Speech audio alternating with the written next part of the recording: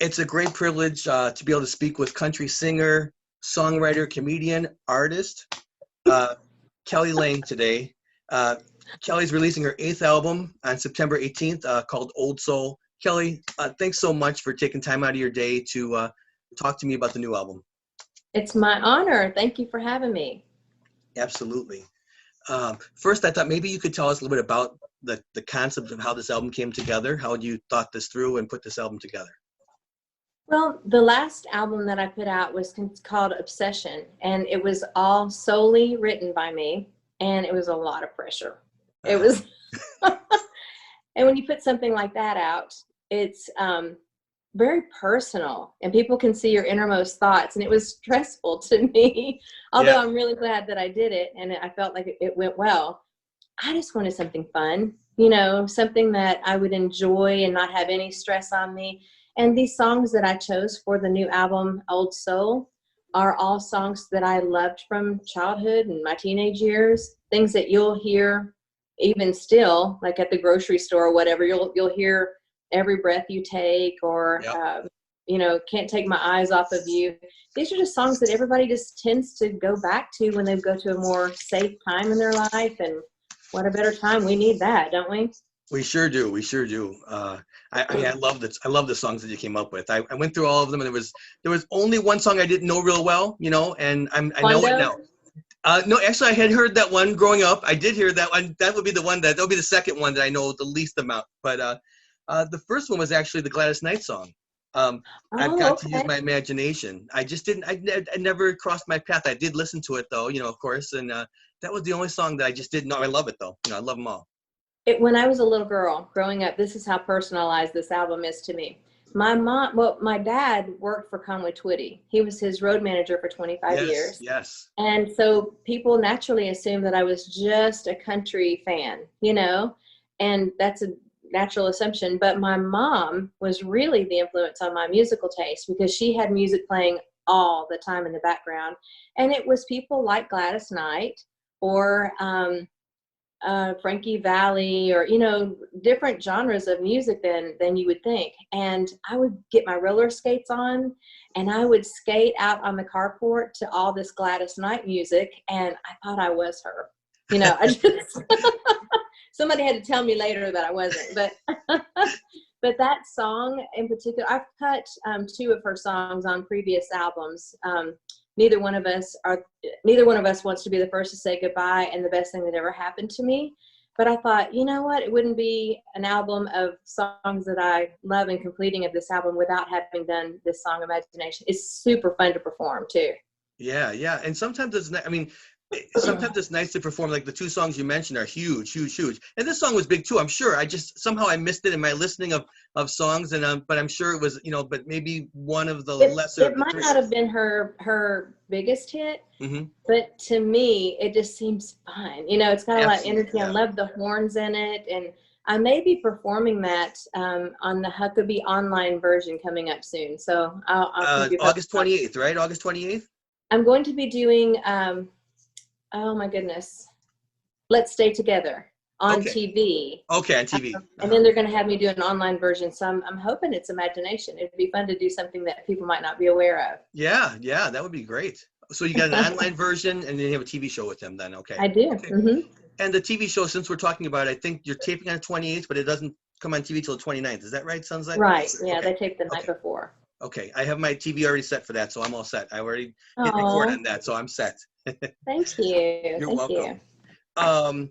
So you say, you know, that you picked these songs out of your childhood growing up and everything. Was it easy to put together this list? Did you start with a bigger list, or did you just keep adding? So I like this song, I like that song. Was it narrowing down or adding to? Oh my gosh. I have got probably 150 songs that I thought, okay, I can cut it off at 10. But I want to really do 11. We're at 14 on this album. Yeah. And I probably have 5 more albums of this type of music that I hope to be able to record in the future. It was so easy. And the musicians that came in, they weren't learning, you know, the same chord progressions, because they're all really intricate songs. They may seem simple because you think, oh, I've heard that 100 times, but they're very different than what most of the Music Row musicians play. But they nailed them. And everybody came to work just, oh, I remember when I was in high school, or, you know, it brought them back to a place where they had fun too. So the sessions went super fast and fun, and I can't wait to continue doing this. I hope to do several volumes. That would be great. I mean, it's great to be able to do that. And, you know, sometimes, like you said, it's less pressure. Like when you wrote all those songs, I mean, I know you've written a lot of songs and written for a lot of people, but it is a lot of pressure to I'm sure. I write songs a little bit too here and there, but I mean, nowhere along the scale of the number of songs you write. And it has to be kind of that pressure, especially when it's like, okay, maybe you have a deadline in your mind or set by a company to get an album out by a certain time. Where are these songs going to come from, you know? And this is a way to put some songs together and say, I love these songs, let's record them. Well, there's a different kind of pressure that came with this one that I truthfully wasn't expecting. I made the mistake of saying, here's my new single, Drive.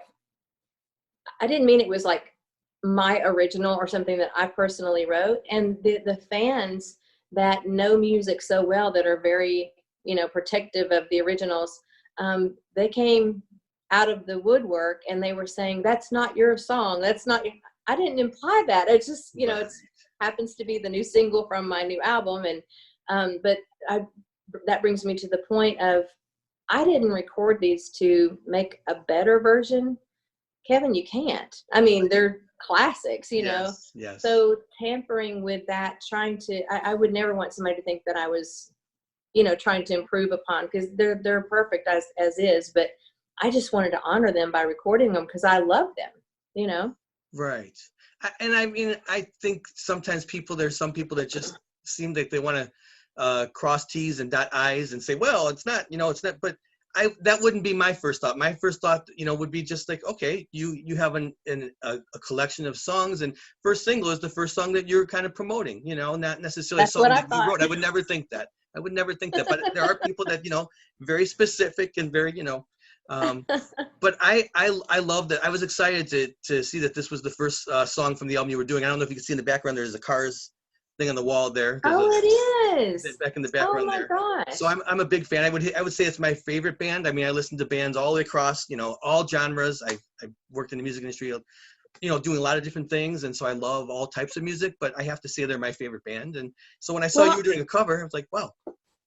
Well, I know that it's been done by a few men. I know Tim McGraw had a version of it, actually. I forgot about that. He had a version, and it was really cool. But I don't know, and you might correct me, I don't think there has been a female version of it. I don't think so. And I mean, I was excited too, because there aren't a lot of covers of Cars songs, period. They haven't been a lot. So I was like, so refreshing to hear it as a fan of that band.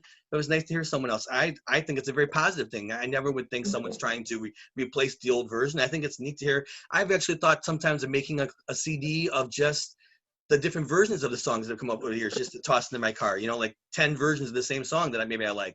I think it's neat to hear how people spin the song differently. I agree. You know, the ultimate barometer, if you will, my husband, T.G. Shepherd, he was very close to Elvis Presley. And I was kind of second guessing myself, like, should I be putting out so many cover songs? This, you know, you always, as an artist, you second guess everything. Sure. He said, Elvis was the king of covers. I thought, that is a very good point. So, and he was, you know? Yeah, it's true. I mean, he didn't do a lot of writing of his own songs. He took songs that people wrote for him or had written around the time that he was recording and said, I like this song. Let's record it. Mm-hmm. So if it's good enough for Elvis. Absolutely. Yeah, that's right. There's no doubt. Yes. How did you choose to record this song as being your first single? Like, how did you decide this is the song I want to go out to the public with first? Just in matching up all 14. Sometimes you get too close to the project to really be able to hear clearly. And I couldn't honestly pick, and this is no compliment to myself, I just really, really respect these songs. Yeah. I couldn't pick one. I was really too narrow-minded. So I let a group of people hear them, and I sent out copies of the album to people that I truly respect. Olivia Newton-John is one of them. Mm-hmm. And how can you not trust her judgment, right? she came back with, oh my gosh, I love Drive. It's fantastic. You know, so I thought, okay, wow, that was the first of feedback. And some management, some PR people. And it's not that they didn't like the other songs. It's just that one being the first, maybe I don't know. I just trusted their judgment. Yeah, it just kept coming back that was the song people tend to gravitate towards. And so you went with it. It's Yeah, an easy listening song. It reminds me of like you're driving, you know? So when I get in my car and I want to listen to a song and I'm driving around, it puts you in a mood of relaxation or something, I think. Yeah. I have to tell you, I love the lyric video you made for it. Do you think that that's something, the lyric video concept is something you might use a lot in this new album with these songs to kind of paint a picture? I hope so. I'm kind of from the old school. I love to see, I like video, period. It grabs my attention. The lyric video, I will say, is a newer concept, and I tend to just kind of like, it is cool though, because if you're not quite sure of the words, it does help you along. It's kind of like a bouncing ball on karaoke, you know? Yeah. But, right. I mean, I just like old concept videos. So maybe, I don't know. I haven't really progressed that far, but I do have one made for Cuando, which is the song Cuando, Cuando, Cuando is like win, win, win. It's Spanish for the word win. And my husband and I we've been together almost 20 years now. So we have a lot of pictures and videos and our wedding and vacations like in Italy and stuff that we've taken that I have concepted into a video for that song. So it's really special, and I'm not sure when that will be coming out.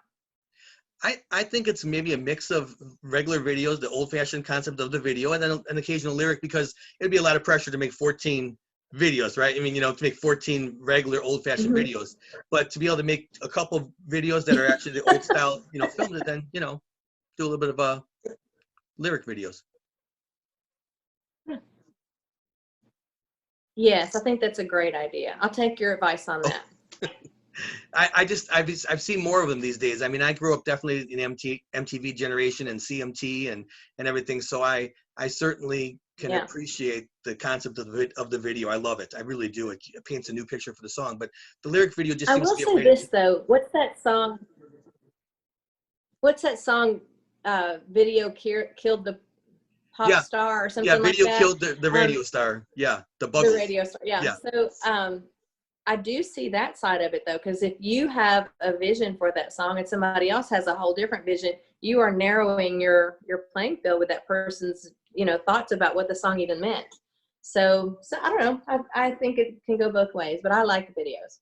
You know, I just recently talked to artist Kevin Godley, and he made these videos with all these bands. As a matter of fact, he did the video for Every Breath You Take. He was the director of these videos, and during the I don't know if you remember Herbie Hancock, that Rocket video with all the robots and everything, and all sorts of different videos that he made in that time for the Police, for Duran Duran, all those bands. He made a lot of those videos. He directed them, and he said, I never really set out to spell out in the video what it looked like, what the song was saying, because I wanted the listener to have their own, the viewer to have their own idea. So if someone was if they were talking about shaking hands or whatever, walking to the store, he wouldn't film that. He would just film something else and let them have their own imagery. But he always did unique things. That's brilliant. That's why he got the big bucks. That's right. That's certainly right.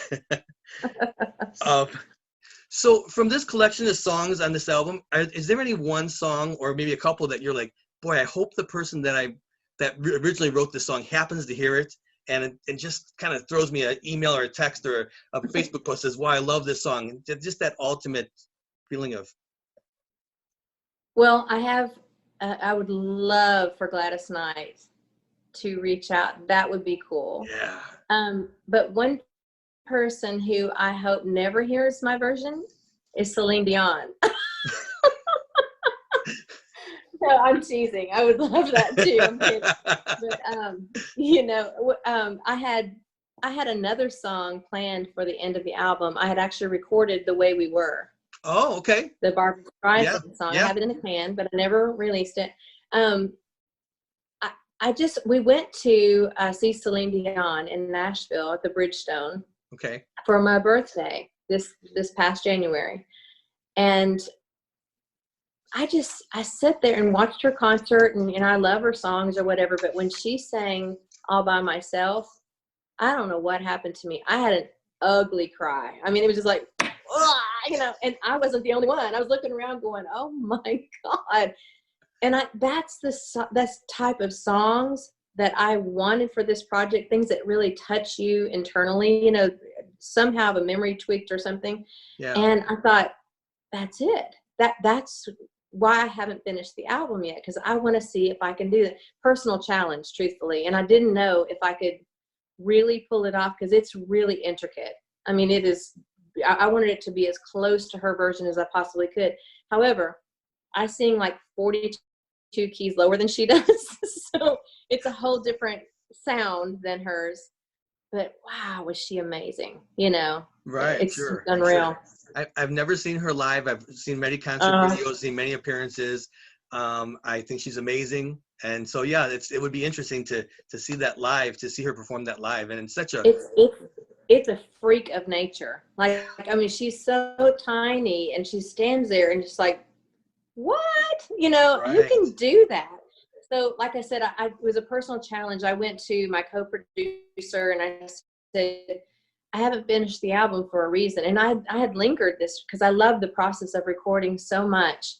I'd lingered the recording and the finalization of it out as long as I felt like I should. And I said, I'm not quite done yet. I have one more thing I might want to try. And he says, you're chicken if you don't. So, I don't call me chicken, So I tried it and I was pleased, but I'm sure Celine would pick it to death. Oh, I'm sure she would not. But it's fun. I'm sure she would love it. I think that's a big form of flattery when you hear someone else take a song of yours, and I would imagine and want to cover it. I know she didn't write the song either. She covered it also, but to hear she's made one of the biggest, well, there you go. current time versions of it. So she's the version that kind of sticks out in today's world, I think, versus going back to the 70s version, That's so true. So, yeah. I like that you presented that she did a cover on it too. I'm not alone. Yeah, no, I mean, it's when you find a good song like that, right? When you find a good song, many people do want to, bring that song back to light again. Yeah, so it's. That's true.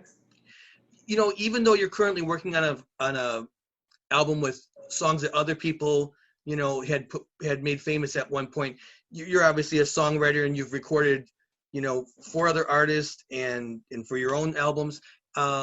Are you always writing songs in your head, like for yourself or for someone else, even though you're focusing on this specific project? That's a really great question. I've never been asked that before. Very good. I am probably different than most, but I have to compartmentalize my brain. Like, I know you mentioned comedy and painting and whatever. These are all part of the arts, I guess, as you could say. Sure. So they're all kind of the same. They come from the right side of the brain, I'm sure. But if I am writing per se, I don't enjoy painting. I don't enjoy doing the comedian thing. So it's like I have to just be really hyper focused on one of those areas in order to make it where I don't feel confused, if that makes any sense. Sure. So you kind of have there's a time and a place for each of these parts of your creativity to come out. Yeah, I like to paint more when it's colder outside, so I'll stay in and go into my studio upstairs and I'll paint more when I have nothing else to do, Right. And I would have thought I would have painted more during this time with the pandemic, but I just enjoy being outdoors more. I'm grateful that it's summer right now because I've been able to enjoy home and being in my pool more. But Yes. The comedian thing, I'm glad you touched on that. I have a comic character named, it's my alter ego.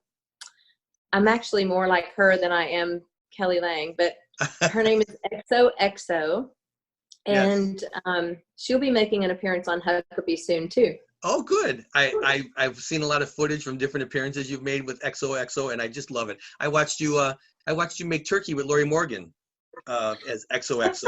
I enjoyed that. It's funny. When Lori and I were writing that album together, she was talking about a convention where country fans will come to, and they know way more about the artist than the artist might know about them. Uh-huh. But she said, I've had some people, they demand that I know them, whether I know them or not, you know, and she says, it's so concerning because I don't want to offend anybody, you know. Right. And I said, yeah, and I want to know what they look like. So she was describing what this person might be wearing or whatever. So I went home, and I'm embarrassed to tell you this, but all of this was in my closet. I put every animal print on and every sparkle and twang thing that I could put on, a jet black long wig and a red cowboy hat. And I came to my next writing session with her dressed as this, you know, very enthusiastic fan.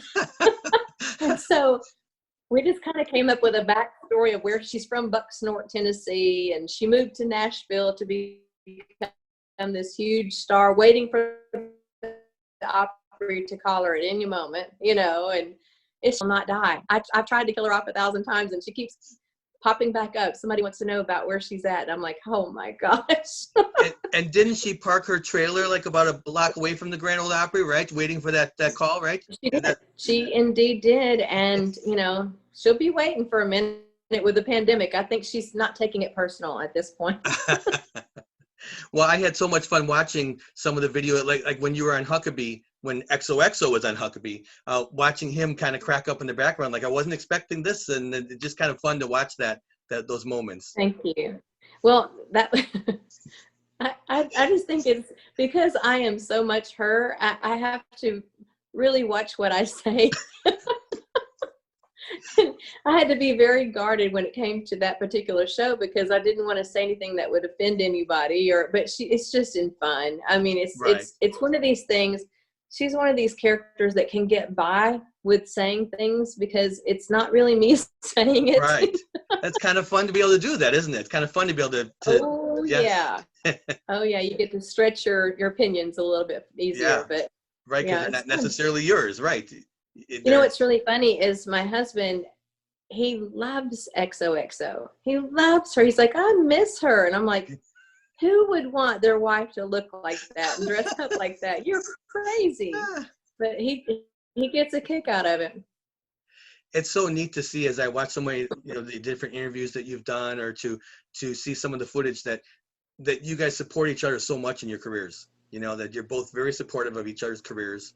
And it's just kind of fun. I mean, I've watched a lot of footage. I saw the Newlywed Game where you guys sat down and you did the Newlywed Game with your daughter. I saw the video where you went through your record collection together. Just lots of fun stuff. And then I could just tell it's a mutual admiration for each other's body of work, you know?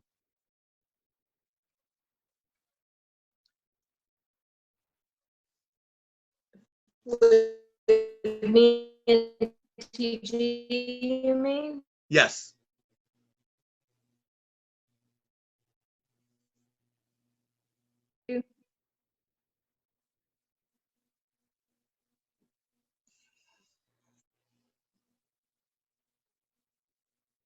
Kevin? Yes. Zoom is playing with our video a little bit. Yeah, Zoom is playing with our video. So I missed part of the question. You were talking about my mutual respect with TG's music. Is that what you're talking about? Each other's careers, both of your careers. It's just fun to see you talk about each other's careers, and I could just see there's a mutual respect for the music, you know, of each other. Absolutely. You know, somebody in an interview the other day was asking me if there was any type of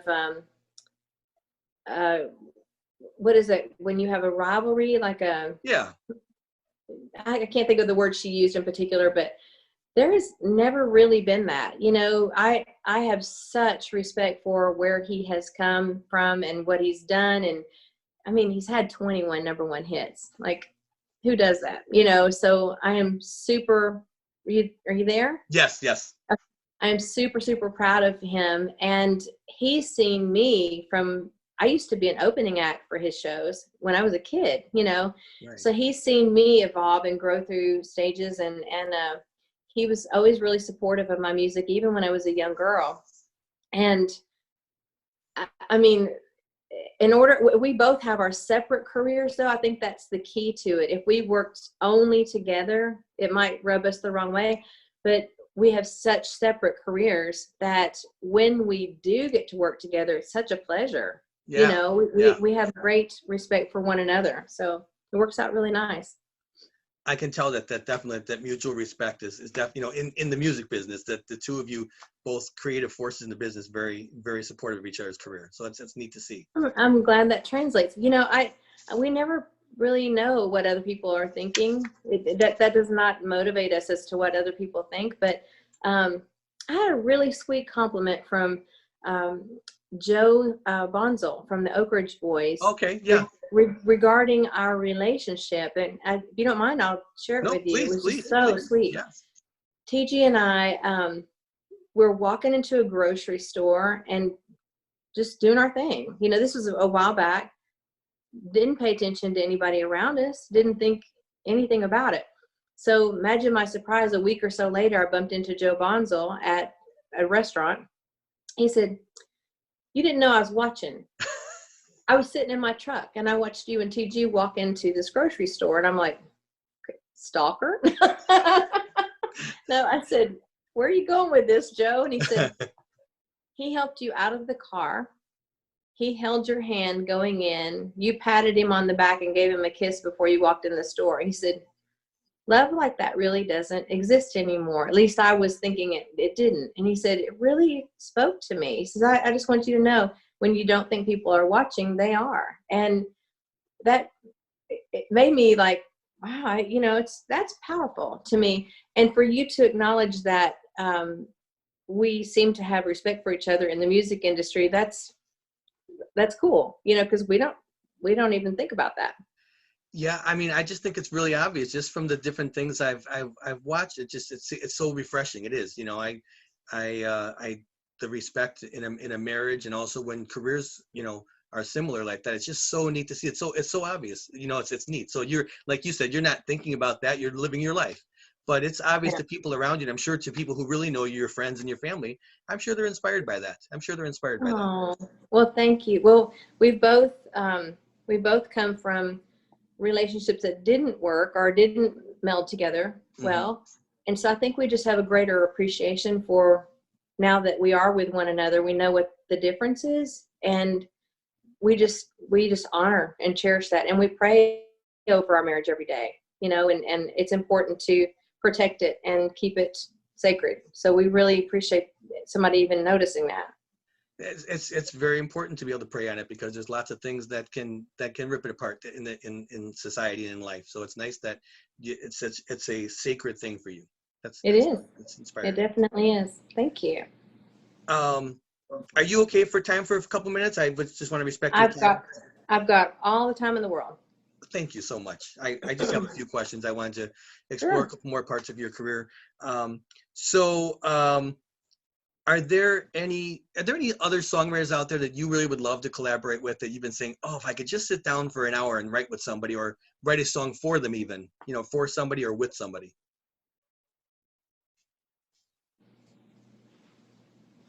You ask the coolest questions. No kidding. Thank you. Thank you.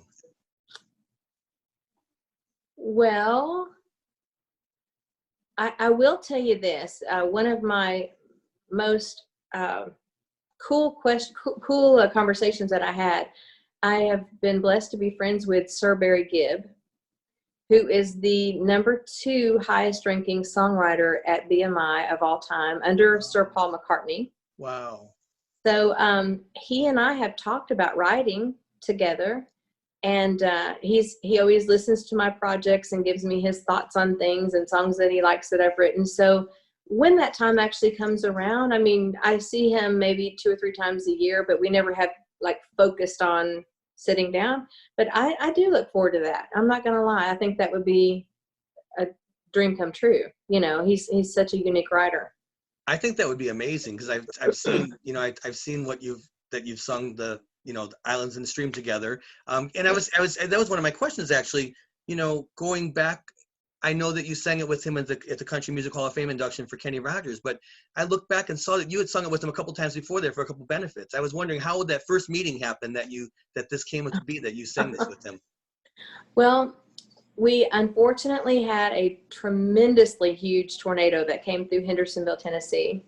I think it was 2006, if you may correct me on that. But anyway, I had just gone through breast cancer treatments, and I was feeling very weak, but feeling very like I needed to do something to help our community. It was just awful. I mean, I have never seen this destruction, and I'm from Oklahoma. You know, it's Yeah, so so you would, it yeah. was horrible.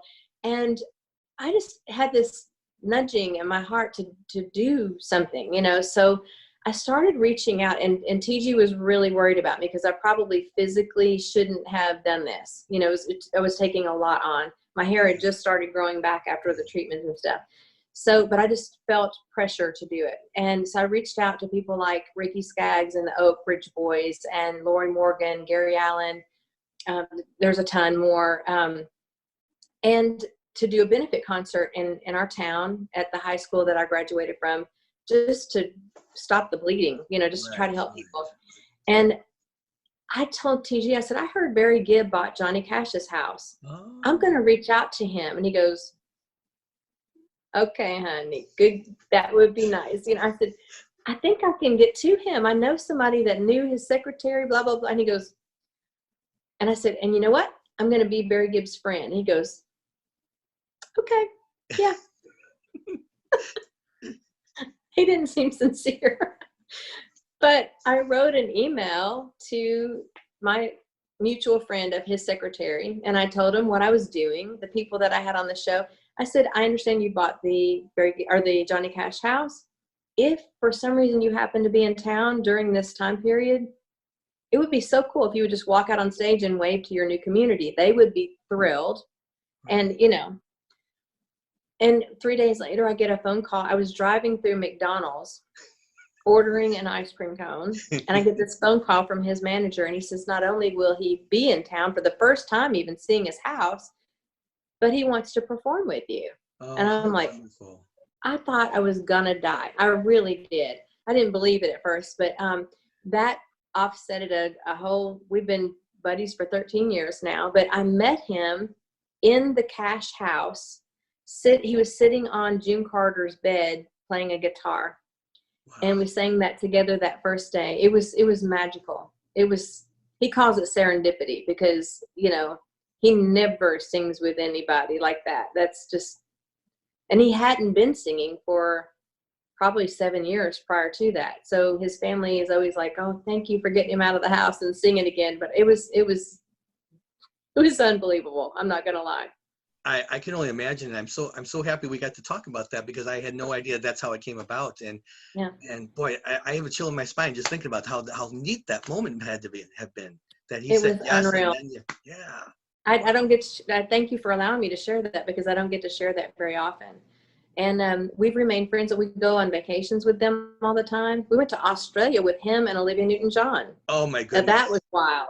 I'm sure. Like, oh my God, it's like traveling with royalty in their home country, you know? Right, so right. it was really, I just feel like it's unbelievable. Like, who am I? I get tickled with it, seriously. Oh, I'm sure. Well, that's such a neat story. And then to see, then you ended up doing that duet a couple more times and ended up doing it for Kenny Rogers. Yeah, we did some benefits down in Florida. We like I said, we travel together sometimes. So we have a secret meetup place that we all like to go in West Palm Beach. And like for TG's birthday one year, the family came up and we all sat around the beach and he played guitar and sang us a 3-hour private concert on the ocean. Oh my goodness. You know, who does that? It's just, and I'm not saying this to brag. I am seriously like humbled by this. It's unreal. You know what? I think God just really truly puts me in places that I would never have thought or dreamt of myself being able to do. But yeah, he's a wonderful friend, and we performed not only at the Kenny Rogers induction, but on the Opry the next night too. So that was really a highlight for me. So neat, so neat. And I think that if anybody knows you well, or even people who don't know you well, they would know it's never a bragging moment. It's a moment of just sharing with someone else. Like, I love music, and you could tell that in our conversation. I hope it shows that I'm very passionate about music. It does. Yeah. And it's just so neat to, you know, I always find myself prefacing stories with my friends, you know, that, you know, I never want you to think I'm bragging about this. I just share this with you because you love music, you know, and I always find Yeah, myself that's how singing I that. hope. That's how I hope that I come across. I am just as starstruck or excited to Uh-huh. meet somebody just as you would be Right. excited to meet the Cars, you know. And Sure. it's just there's some people you just have extreme respect for, and you can't believe you got to know them, you know. So Right. it's the same. It everybody's got somebody. For my husband, it's Willie Nelson, Okay. and you know he's worked with him several times, but anytime Willie calls, he just turns into a little kid. You know, it's adorable. I think it's just so neat that I always enjoy watching artists perform with other artists or talk, collaborations or talking with each other, and you just really feel that you could feel sometimes that someone in a conversation with that person is gushing that that's someone that they looked up to. We all have our people that we idolize in a very, not, we don't have idols, but music idols, and we look up to, and it's so neat to see two famous musicians gushing over each other, like they both can appreciate that. Well, they have so much in common, you Yeah. know, and it takes a lot of endurance. And I was telling somebody the other day, it takes 90% of passion and 10% of talent, really. And, you know, the endurance to get somebody to the level of Sir Barry Gibb, Yeah. there's no words, really. And Olivia Newton-John, same, you know, I mean, she's done so many movies and done so many wonderful things in her life. And I will have to say, female wise, as a friend and somebody that I admire and look up to, there is no other. I mean, she is the real deal. She is so loving and so kind, and I'm blessed enough to look at her as a sister, you know. That's wonderful. Yeah. I mean, I just watching from the sidelines in her career, I've always felt that warmth about her, and anything she's ever said or done, you could just tell it. What you see is what you get with her. I could just tell. It's Always. so true. Yeah. It's so true. She's she knows what she wants. She's a strong woman, you know. Yeah. And I love that. I love that Yes. about her very much. When we take pictures together, she directs the light, you know. Hold it up higher and make sure you look this, and lights, make sure the lights, you know. But I learn. I Yeah. learn from her, you know. Yeah. Yeah. That's wonderful. Um, so when you're not doing your music, or your XOXO is taking a break for a moment, when that's not happening, you're doing some oil painting you talked about. And yeah, I would agree, like in the winter, it's always easier for me to do inside projects, because I feel like I'm missing something when it's nice outside. I can't be Me inside. too. Yeah. Me So too. but you've done a lot, and if I understand correctly, one time you had gotten an oil paint set of oil paints, and you just started trying this. Yeah. My brother is a professional artist, and my mom dabbled in painting as well. And so my husband bought me an oil painting kit just for the fun of it, you know. Yeah. And I thought his birthday was coming up, or I think it was his birthday. So he wrote the Folgers theme song, "The Best Part of Waking Up." I read that. So I Yeah, I thought, saw it I'm going online. to paint him a little coffee cup. It's like an aerial view of a Hmm. coffee cup for his gift, to thank him for giving me my oil painting kit. So when I took it into the framers to get it framed, the lady tried to buy it from me. And I thought, I might okay. have something here, right? I might have something here. So I said, I can't sell you this, but I can paint you one. So that kind of sparked I wouldn't have ever thought of myself as that, you know, but I ended up selling a lot of paintings, like made more money with that than I did music for a while. Yeah. And, you know, it doesn't come super easy for me. I always feel like I have to relearn it every single time I sit down to the canvas. It's something I can do. It's just not something I am natural at. He would disagree. But it's the same with writing songs, though. Every time I walk away from writing songs, I have to get back into the swing of it again, you know, before I can do that. Yeah. But recording, I could record every day, all day long. I love being in the studio. Yeah. Yeah, it is, I would imagine it'd have to be so much fun do you find yourself like taking a song and saying, okay, I didn't like the way this sounded, I go back and do this, and do you find yourself doing lots of takes on songs just to really get it to where you want it to be? Or Well, can you be satisfied and say with one recording, say, no, that was good, I like it, I'm ready to walk away, and just sometimes we touch things that were good in the first place. well, I'm fortunate enough that my co-producer, Buddy Hyatt, he knows me so well now that he knows when I'm capable of more, and he'll push me just a little bit. But sometimes you can push an artist too much, and they'll start closing down and resenting this, being pushed that much, and takes the pleasure out of it. Yeah. So I can I know when I'm doing better than others, and I know if I might just have a better verse in me or something like that. So I'll pause myself and go, that I can do that better.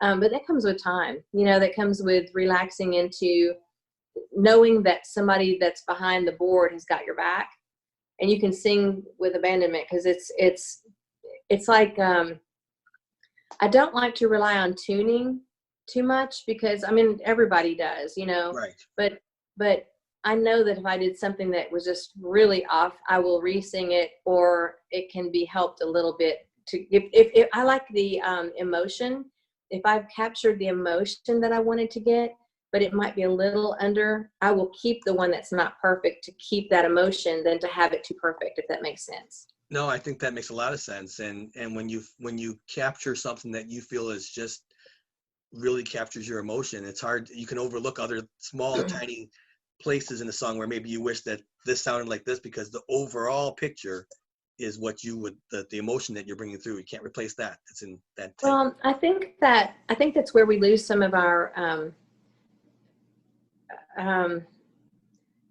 I'm trying to think of an adjective. That's where we lose some of our sparkle in today's music. I think people are so interested in getting technically perfect that it's missing the warmth that we once had when we didn't have so much auto tuning going on. Yes. Now I'm not gonna lie. I have definitely leaned on it on occasion, but I just think it takes out the warmth, and it takes out the realism of what you're trying to say. And that's one thing I do hope that the listener can hear, is there is a lot of grit and emotion in this that I did not allow to be taken out. Yes. The breaths in between certain songs, it might sound even like a crack or a mistake or something, but it meant something, so I kept those in. I think that's so important, because yes, today music can be so easily overproduced. It's so easy for it to be overproduced, and I think everything goes full circle, I think, in life, and it's kind of neat to hope that at some point we get a revolution of just going back to just bare bones recording, a few live instruments, not the electronic sound, not the Right. auto-tuned, just auto-tune, like you said, if you have to touch up a quick spot of it. But there are a lot of artists out there who, if you were to see them live, they would be kind of lost, I think, without that equipment. And Hey, well, Cher did quite well. she sure did, huh? Boy, Yeah. She but put the auto in auto-tune, didn't she? Well, yeah. But it's, for someone like you, you've grown up in the business, and you just have seen and heard these great, amazing voices, to be able to carry on that tradition with the natural talent of your voice, and just to sing and enjoy it with the instrumentalists, with the musicians that you come across in life, and just, it's gotta be so rewarding. I was really surprised and flattered that my mother would say something to me the other day. She said, Kelly, in listening to your voice now on this album, I can see that Conway was an influence on the way you style your words. And I never really thought about that so much, because how does a man influence a woman's style? But when she said that, I went back and listened, and I understood what she was talking about. I was really pleased with that, because I do have a growl that I wasn't trying to emulate him in any way, but it just naturally, I guess that's just what I heard so much. It just feels natural when I go to sing that. And so she was like, it just reminds me of his style. And I'm like, I love that. And it's so neat coming from your own mother like that, because sometimes the family close to us, we think sometimes they're not listening. Sometimes they just love anything. Most of them don't. Right. Well. Yeah. But my mother called me yesterday. She was, I just want you to know, I read an article on you. I'm so proud of you. And I'm like, thanks, Mom. Yeah. Anybody else could say anything, but when my mother says it, I'm just like, oh, loved it. I loved it. My dad is not musical at all. And as a matter of fact, he told me that when he was in choir as a kid, they told him, just move your lips. That's how unmusical he is. And I think that's a horrible thing for a music teacher to say to somebody, but they told him, just move your lips. Please don't sing in the choir. And I thought that was such a horrible thing for them to say, but I got kicked out of the church choir twice. No way. Mm-hmm. I did. One time I was too loud, and the other time I don't know how to read music, so I didn't follow along with the hymnal. So they asked me politely if I could just leave. I always have an issue with that in the church sometimes. I just we're singing to God. We're singing to help praise God. How could anyone ever do that to anybody? I've heard that happen though. I was bad. For real. But still, even so, I've had students, I teach music lessons too. I do some vocal lessons I teach and everything. Like yourself, I do a lot of different things in music. I'm not satisfied with just one thing. I like to have lots of hobbies in music. And I've had students tell me that they've been booted from their church choirs. And I always said to them, I said, how could they? I don't care if a person couldn't carry a single pitch. You're singing for God. And how has that happened that they would how would they turn their back on I guess we lose focus, we lose perspective of what the person's doing. But I mean, truthfully, I can't read a lick of music, and I was upsetting the person next to me. So, I mean, I should have just been moving my lips, truthfully. But I realized though that I'm not a group singer. That pushed me to be more of a soloist. So we all have our lanes, and I guess that was my push out of the nest, and it was okay. Right. I was gonna say real fast. So my dad, like your mother had given you that feedback, that positive feedback. That means the most to me when my father will say something, even though he's not musical. And that's what makes it mean even more when he can appreciate, because sometimes I conduct orchestras for local musicals and whatnot. And he used to say, well, you just kind of wave your hands around. What does that mean? And now he says, I think I get it. He kind of has said to me, I realize it's a lot more work than I thought it was initially. He thought I just waved my hands around, and that's what it kind of looks like. And it means so much. Because aren't we all looking for our support from our parents? Yeah, I mean, we're all needing that pat on our back. So absolutely. That's good. I'm glad. Yeah. So, I wanted to talk about the chair that's on the album cover. That the chair has got it almost.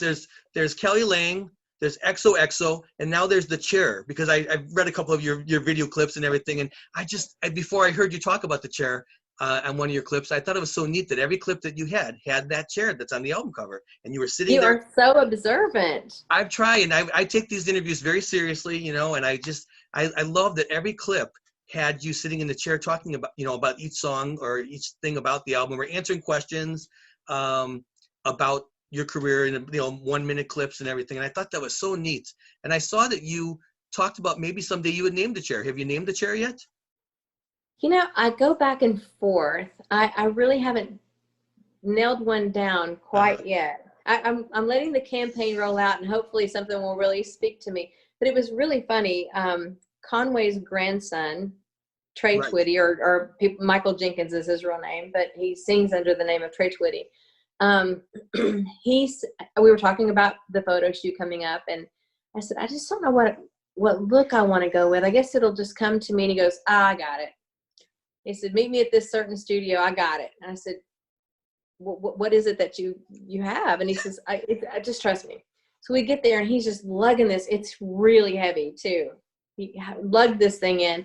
He was like, this is so heavy. And I said, well, yeah, but what am I going to do? It's really low, And I was like, all right, I'll sit in it. And the only way I could really sit in it with it looking squatty was like to move my leg out. And he goes, that's it. We don't have to do any more. And I go, that's it? Of course, we ended up going further, but I was like, so when I look back at the pictures, I'm like, that chair has something. It's got a vibe to it, Yeah. So we did some video later, like several months later, and I said, bring that chair with you again. He goes, oh gosh, Kelly, it's so heavy. I said, you have to bring this. I'm seeing a theme, So he brought it, and he goes, it's yours. I don't want to see it again. I don't want to deal with it. I said, I'll take it. And I said, I have fallen in love with this little chair. So I don't know what I'm going to do with it, but it's got character. I just think it's so neat. It kind of connects all of your conversations, and it's interesting branding to the album. Every time I see that image on one of the videos, I'm like, oh, and it makes me think about Old Soul. It makes me think about the album that's coming out and think about the album cover. And it just kind of connects the whole project. I love it. Thank you. That's the goal. I did Yeah. good. Yeah, absolutely. Absolutely. Thank you. Is there anything else that you'd like to tell people that might listen to watch this interview that about this project that really will help them? There's so many choices out there when they purchase music. There's so many artists out there and fans of music that maybe haven't heard you yet, and fans that have. And you know, what can we tell them that would really help them to know this is from the heart? Well, I am pretty involved with social media. I try my hardest to get back to each and every one. It's hard. It's you know, especially a little bit busier that I get. It's been harder, but I like the personal connection if I can with the fans. And so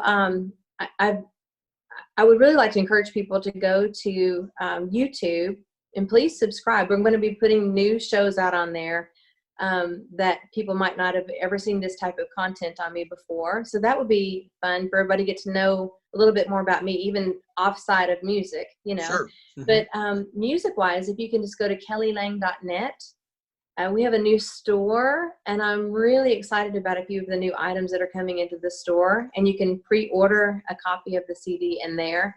But we've got some really fun t-shirts and puzzles. Did you notice that we did the puzzles? I love it. I saw the puzzle in the store, you know, in the video, in your online store, but I saw you putting it together in those video clips, like kind of announcing the album. And it's right. Very creative. I think in a world where, you know, and I used to work in the music industry and for the record labels, and I love the old-fashioned promotion of things before the internet. But with the internet, now that we have it, there are so many more things that we can do, and it's just kind of neat to be creative like that. And you've certainly been creative in how you're getting the word out with the puzzle, like, you know, building it, and I thought it was really neat. Well, if coming from you, that means a lot to me, because I just was looking at, well, golly, there's so many ways you can just say, hey, here's my new album. Right. But if people are home bored, they're putting puzzles together. I thought, I'm bored too. This works perfect, you know. So yeah, we had so much fun doing those. And I've done a whole series also. You'll be able to see this too. I kept thinking, you know, for a fan that might not know me as a person, they might know of my music, but they might not know me as a person. I also wanted to create some personalized questions and answers. So here's the thing. If you haven't seen the pattern just yet, on Mondays, we'll be putting up videos, and they're basically describing each of the songs, okay? So in the black leather chair, I'm going to be sitting down and explaining the songs as to why I recorded them, what year they recorded, whatever, you know. On Wednesday, I've been really blessed with some very powerful quotes of support from people that I admire and look up to, like B.J. Thomas and Lee Greenwood, and Joe Bonzo has one, Larry the Cable Guy, Crystal Gale. I mean, people that I thinking, wow, how kind of you, you know. So you'll see quotes from people that have heard the album. And then Thursdays, there will be a question and answer that you'll learn more about me than you want to know. That's all I'm saying. It's just hilarious, because it's some questions I was like, let me think about that answer for a second, you know. So you'll get to see a different side of me that you might, you know, you might connect the dot with my personality along with the music. It might be a different view. I think that's so wonderful. And I think I didn't see the trend yet. I did see a couple I saw you explain Drive. I saw you talk about, someone asked a question, or maybe you was the question that you put through there about stage fright, and saying that, you know, if there was such a thing as stage fright, it would have been that induction performance, seeing Garth Brooks and Kenny Rogers and all these different people in the audience. You know, if there was such a thing as stage fright, that would be the night it would happen, right? Oh, it did. It was intense that night. So I thought it's neat how you have those little, you know, short videos, and I didn't realize the trend. Now I know I have to set my social media Monday, Wednesday, Thursday, right? Is that right? Monday, Wednesday, Thursday, around 10 o'clock each time. Okay. All right. Yeah. I think that's wonderful. Yeah. And so you have so many great tools that you're using for this new album. I want to remind people that you're going to be on the the Huckabee show on the 29th when it airs, and 28th Yes. you're taping. So we'll all think good thoughts for you on the 28th, and when you're taping, and then we'll look forward to watching it on the 29th. And I just want to remind people to pick up your new album, Old Soul, on September 18th. And it's on pre-sale now. If you go to Apple, or this is another thing I'd like for you to share, is Spotify has got it's a page on there. It's Kelly Lang with the blue check. If you go to look on there, why don't you ask your viewers or your listeners to, if they can do me a favor and go to Spotify and add me as a friend on there. They can hear the album the second it comes out. It will download in their Spotify. So that's a really fun thing to do. And right now, if you're an Apple iTunes person, you can, if you purchase Drive, the second the album drops on the 18th, that whole album will come into your Oh, neat. download. So, okay. Yeah. I did go on there to see that the track listing is already on there, and they're all set to go. They're just ready to hit the button, and I can see your whole track listing is there. And Yeah. I can't wait to share it all. Yeah. I will be sure to tell people about Spotify. I made myself a little note here. We'll make sure that we let people know that. And so if you see a spike in numbers, you'll hope that maybe it came from our direction. To see some, Please do, because that's the way that the artists can see if they're really connecting with their fans. And it's just a real direct way of seeing if you've got support and what's going on and the trend of what's going up or down. So that will help me a lot if you can have everybody do that. Go to Spotify. I will be happy to. And in the process of talking to so many interesting musicians and artists, I always enjoy like trying to find ways to help them. I finished the interview and I'm like, boy, if we could just do this, if we could just do that. So I'm their biggest cheerleaders, because I just see the passion that they put into it, and it makes me want to just watch those views and numbers climb and climb on their social media, and whatever I can do to Instagram. Yes. Instagram, Kelly Lang Music. Twitter, Kelly Lang Music. So I mean, any of these numbers that you can help me get more people talking, that would, you just don't know it, because you can only do so much, and then you get your street team going. And if you can get people underneath that to help push those numbers up, it really means something to me. It would be awesome. I'd love that. Well, you have my commitment that I would love to help, because I'm really excited about the project, and that's part of the whole process, is trying, helping other musicians, helping people through the process of social media to tell your friends, right? Tell your friends, tell your family. Thank you. So thank you. I love that. So I just wanted to thank you so much for your time today. I did have a quick question I would like to ask you. Just maybe I'm going to end our recording here, but I just wanted to thank you so much for your time, and wish you the best of luck with this new project. I think it's really exciting. I'm really excited for you as a fan, and thank you so much for sharing a little bit about your career with us today. You're so welcome. I'm just, what a powerful interviewer. You're wonderful. Thank you. That's very sweet of you to say. Thank you so much.